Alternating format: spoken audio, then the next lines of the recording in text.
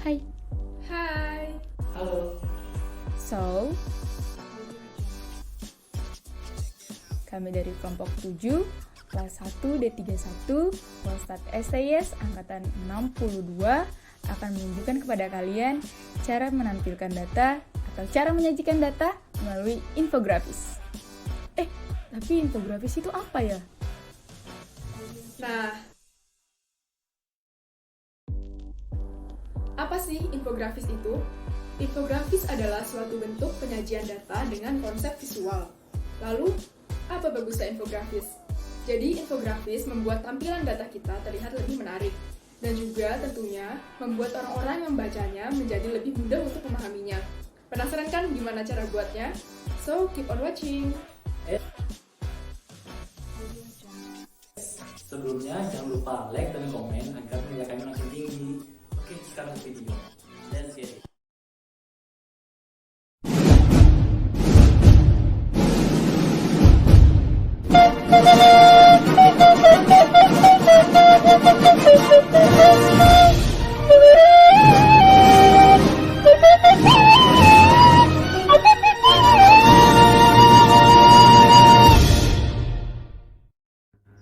Sebelum membuat infografis, hal paling penting yang harus kita siapkan pertama kali tentu saja adalah data. Lalu, data seperti apa yang bisa kita gunakan? Di sini terdapat beberapa indikator data yang berkualitas. Yang pertama ada relevan, yang kedua akurasi, yang ketiga aktualitas dan tepat waktu, yang keempat aksesibilitas, yang kelima interpretabilitas, dan yang terakhir ada koheren dan keterbandingan. Pada gambar ini, teman-teman bisa melihat apa saja indikator-indikator tersebut.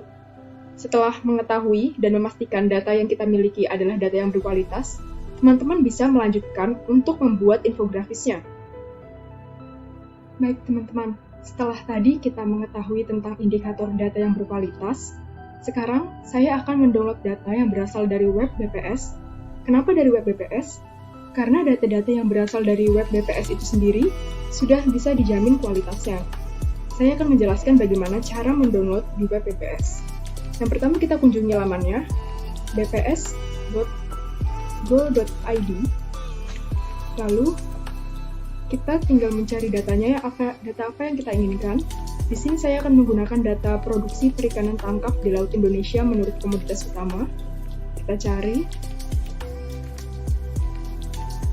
Setelah muncul, pilih wilayah. Di sini saya menggunakan wilayah pusat. Setelah itu klik cari.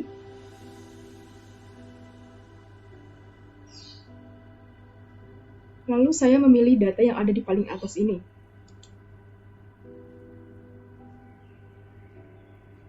Kemudian akan muncul tabel-tabel seperti ini. Di sini teman-teman bisa mendownload datanya dengan mengklik download Excel di sini. Kita klik, dan datanya otomatis terunduh di komputer atau PC kalian. Jadi, setelah mengunduh data dari web BPS, maka akan terlihat tampilan datanya seperti ini. Pada infografis, saya ingin menampilkan tentang produktivitas hasil tangkap di laut berdasarkan provinsi, dan juga produktivitas hasil tangkap di laut menurut komoditas utamanya. Jadi saya akan membuat dahulu tabel distribusi frekuensinya. Pada tabel 1, kita akan membuat tentang produktivitas hasil tangkap di laut berdasarkan provinsi.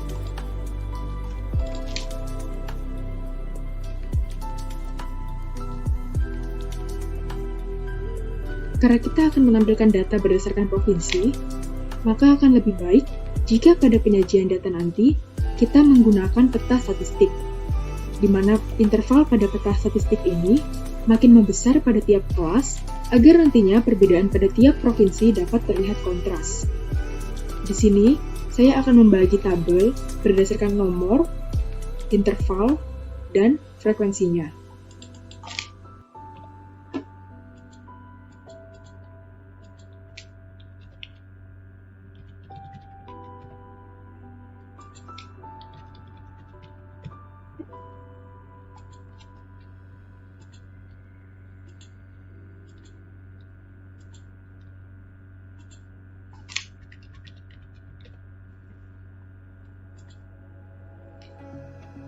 Pada tabel distribusi frekuensi 1 ini, saya akan menggunakan interval sebagai berikut.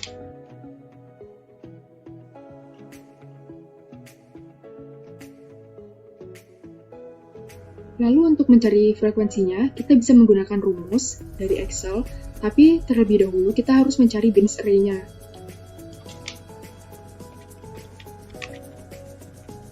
Bins array ini digunakan sebagai batas atas kelas interval ini.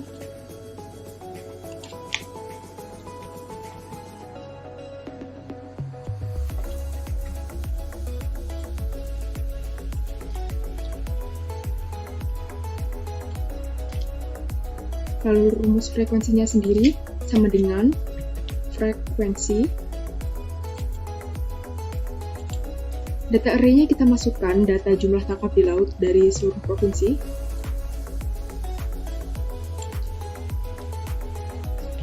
Bins array-nya kita masukkan. Lalu kita tekan Ctrl Shift Enter secara bersamaan.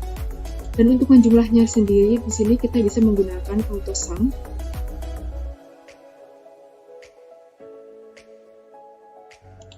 Teman-teman dapat melihat di sini tabel distribusi frekuensi satunya. Dapat dilihat berdasarkan tampilan seperti ini. Selanjutnya kita akan melanjutkan pada tabel distribusi frekuensi kedua, yaitu tentang produktivitas hasil tangkap di laut menurut komoditas utamanya. Baik teman-teman, seperti yang sudah saya jelaskan tadi, pada tabel 2 kita akan menjelaskan tentang produktivitas hasil tangkap di laut menurut komoditas utamanya. Di sini bisa kita lihat komoditas utamanya terdapat cakalang, tongkol, tuna, udang, dan lainnya. Untuk frekuensinya bisa kita lihat pada baris di sini.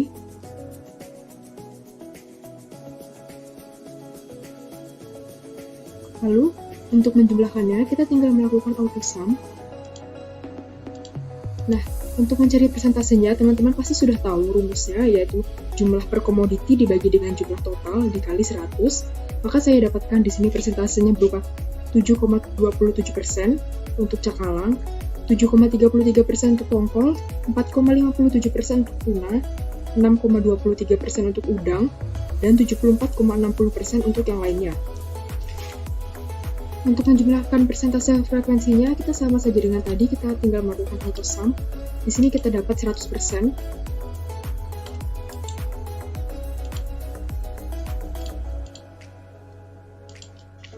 Maka setelah kita selesai membuat tabel distribusi frekuensinya, kita dapat melanjutkan pada pembuatan infografis dengan mengacu pada tabel distribusi frekuensi yang telah kita buat ini.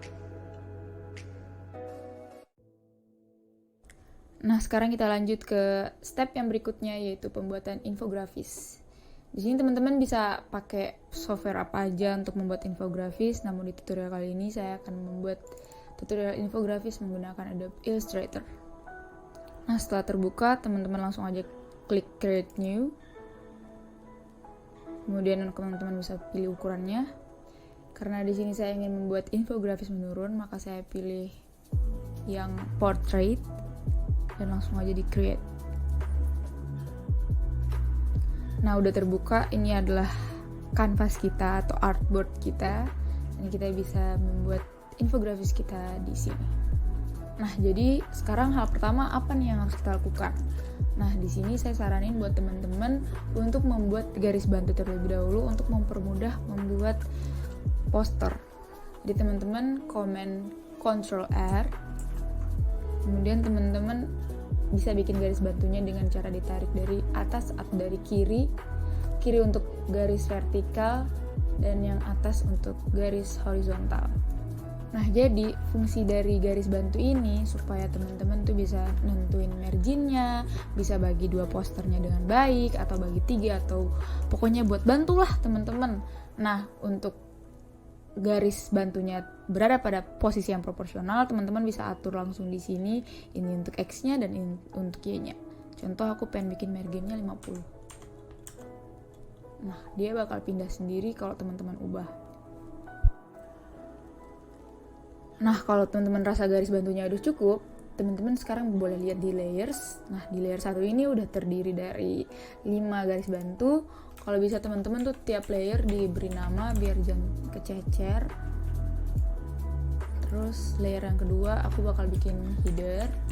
Nah di header nanti aku bakal taruh gambar dan juga taruh judul infografis yang aku bikin. Nah untuk taruh gambar teman-teman bisa pergi ke file, kemudian place. Nah di sini udah ada mentahan-mentahannya. Nah untuk mentahan teman-teman bisa ambil dari internet atau gambar dari teman-teman sendiri. Namun harus diingat kalau misalnya ambil dari internet wajib ada sumbernya atau ambil yang free.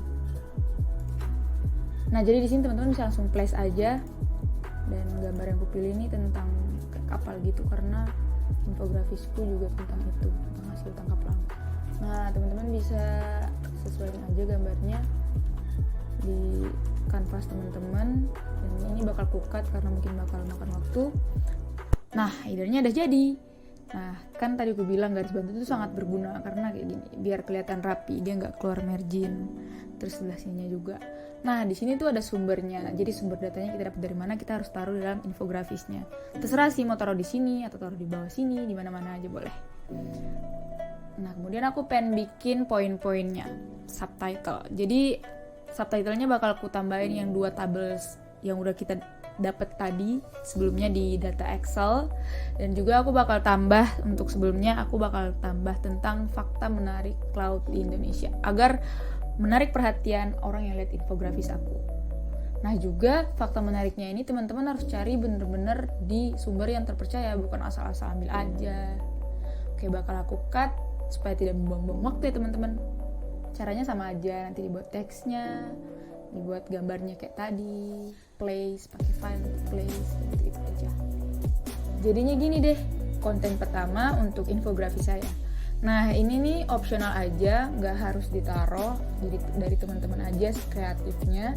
Dan jangan lupa setiap mau bikin konten, bikin layernya sendiri-sendiri. Nah saya ingin lanjut ke konten berikutnya, yaitu tentang produktivitas per provinsi.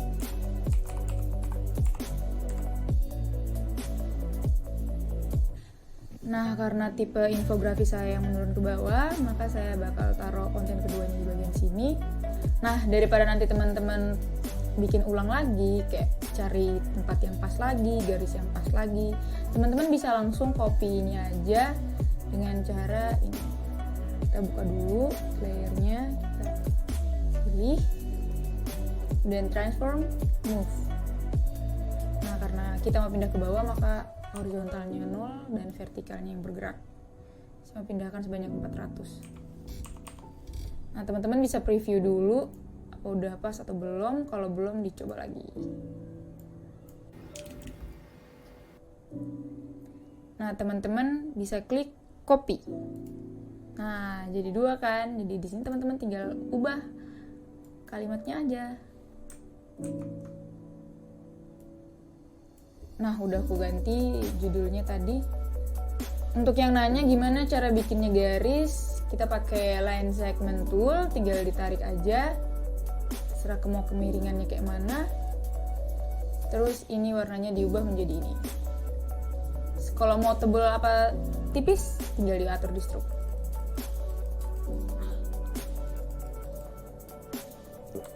Nah sekarang akan saya lanjutkan untuk bikin konten kedua. Nah di konten kedua ini akan saya bikin penyajian data melalui peta statistik yang nantinya akan ada legendanya, warnanya, dan juga peta Indonesia. Nah di konten kedua udah aku perbaiki tata letaknya, aku naikin dikit, terus aku juga udah nambah judul dari legendanya, yaitu interval produktivitas tiap provinsi. Nah di sini kan pasti kita bakal bedain dengan warna. Nah untuk warna aku bakal bikin bentuk bulat untuk misahin warnanya satu-satu. Untuk bentuk bulat, klik kanan di rectangle tool, kemudian klik ellipse tool. Nah untuk membentuk bulatan sempurna, teman-teman tinggal klik dan tahan tombol shift dan juga tinggal ditarik. Nah seperti ini, bulatannya terus sempurna. Nah seperti itu.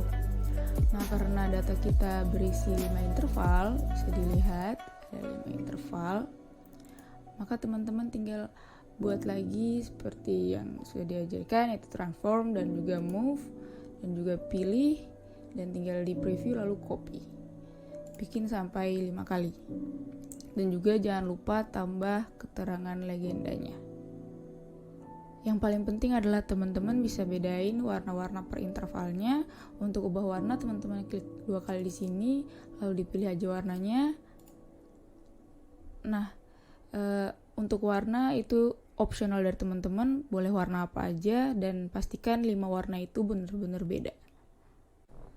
Kayak gini nanti jadinya, intervalnya udah sama, 5, dan juga udah saya sesuaikan sama di data, dan warnanya juga opsional dari kita aja, dan di sini saya bikin dari muda ke warna tua.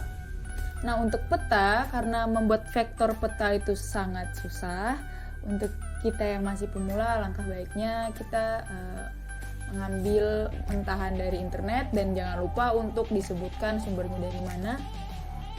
Nah, ini udah saya download, tinggal dibuka file AI-nya. Nah, jadi nanti kayak gini. Nah, gimana cara pindahinnya? Cara pindahinnya gampang, tinggal teman-teman buka layernya, kita cari di mana letak mapnya. Nah, mapnya ternyata di sini, diklik dan pakai tool yang ini, tinggal kita bawa ke infografis kita. Nah, jadi kayak gini deh. Nah, jangan lupa karena ini masih dalam tanpa nama seperti ini, jangan lupa diubah, atau terserah dari teman-teman aja. Kalau aku prefer aku ubah, untuk nanti aku bakal masukin warna-warna sesuai intervalnya. Nah, sekarang aku bakal ubah dulu nama-nama, dan juga aku bakal nyatuin warna dulu. Vektor petanya udah aku ubah sesuai dengan provinsinya masing-masing, di pulaunya aku namain satu-satu, dan juga udah aku atur letaknya. Nah, sekarang tinggal kita ubah aja warnanya. Kayak contoh Aceh, kita lihat di data Aceh menghasilkan 236.061, berarti dia masuk pada interval ketiga. Nah, kita langsung pakai eyedropper tool, langsung kita ke sini aja. Nah, gini. Nah, yang lain juga sama caranya, tinggal teman-teman lihat dari datanya aja dan teman-teman warnain. Nah, pasti nanti bakal timbul kata-kata kayak, berarti kita mesti kerja 34 kali dong warnainnya. Nah, di sini ada cara cepet, teman-teman bisa warnain 5 kali. Warnain aja. Nah, bentar Kuando. Nah, teman-teman blok dulu semua data yang ingin teman-teman pakai. Nah, karena di sini saya pengen pakai produktivitas semua hasil tangkap per provinsi, jadi saya blok data yang ini, kemudian pergi ke conditional formatting, kemudian highlight, between. Contohnya saya pengen pakai yang keempat, tinggal masukin aja ini juga. Nah, di sini teman-teman bisa lihat yang ke warna ada 4. Nah, samakan frekuensinya. Jadi teman-teman tinggal ke AI aja dan langsung blok provinsi-provinsi yang termasuk dalam rentang ini.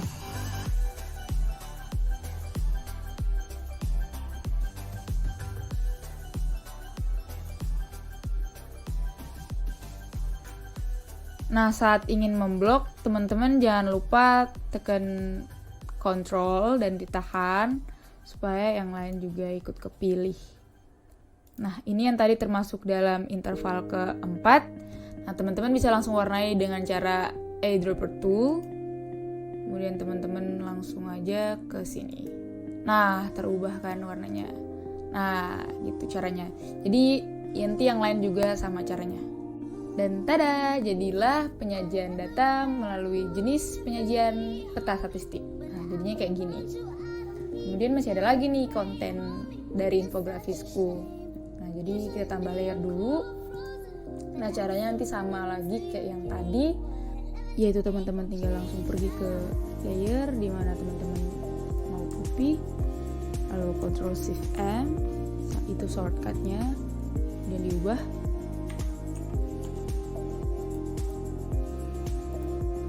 Nah, tinggal ubah judulnya. Nah, konten ketiga udah aku ubah judulnya. Sekarang tinggal lanjut ke penyajian data berikutnya, yaitu pie chart. Karena di sini saya menjelaskan tentang presentase. Maka untuk membuat pie chart, teman-teman pergi ke tool yang ini, column grab tool, klik kanan, dan pilih pie graph tool. dan tinggal digambar aja ukurannya sesuai kebutuhan. Dan datanya ini masukkan dari data sebelumnya yang kita udah dapat, yang sebelah atas untuk nama komoditasnya dan sebelah bawah untuk nilainya. Kalau udah, tinggal langsung diklik apply. Nah, bisa dilihat ini pie chartnya udah jadi, dan langsung lanjut diedit. Hal yang pertama yang harus dilakukan yaitu pilih ke edit, object, terus flatten transparency, kemudian OK seperti ini. Kemudian pilih objeknya, terus kita ungroup, pindahkan ini dulu, tinggal dipindahkan aja, tapi nanti guide-nya ini mending kita lock dulu biar nggak pindah-pindah. Nah, aku udah fokus ke diagram lingkarannya. Untuk mengubah warna, teman-teman jangan pakai yang ini karena nanti warnanya bakal aneh gitu. Teman-teman langsung aja pilih eyedrop tool dan pilih warna yang teman-teman mau. Disini saya pilih warna ini. Nah, seperti ini. Nanti juga diikuti sama legendanya satu-satu. Dan kalau misalnya teman-teman nggak merasa srek sama diagram lingkaran ini, bisa teman-teman putar gini, kayak gini. Nah, ingat kalau mau putar, jangan sampai kayak gini. Teman-teman blok semua dulu, kayak gini. Nah, baru diputar. Nah, kayak gini. Nah, untuk berikutnya dari teman-teman aja, mau diubah warnanya gimana, taruh posisinya gimana, itu dari teman-teman. Dan jeng jeng, infografis kita udah jadi. Nah, jadinya kayak gini, udah diatur diagram lingkarannya. Dan juga yang bagian bawah ini aku tambah rectangle tool aja, tambah shape kayak gini. Nah, itu dibikin aja toolsnya di sini. Nah, untuk guide-nya udah hilang ya, berarti kita tinggal ini aja nih, ada tanda ini. Kalau mau dihapus juga bisa, tinggal kita hapus karena udah nggak pakai lagi. Nah, seperti ini. Nah, tinggal di save aja deh. Mudah kan teman-teman? Aku yakin pasti teman-teman bisa kok edit kayak gini. Yang penting ada niat dan pengen berusaha terus. Nah, kalau dilihat kayak gini kan enak ya datanya disajikan secara infografis gini. Lebih gampang dicerna, lebih menarik, dan lebih berwarna tentunya. Bukan cuma tabel-tabel doang. Nah, ini bisa jadi alternatif teman-teman kalau mau presentasi data seperti ini.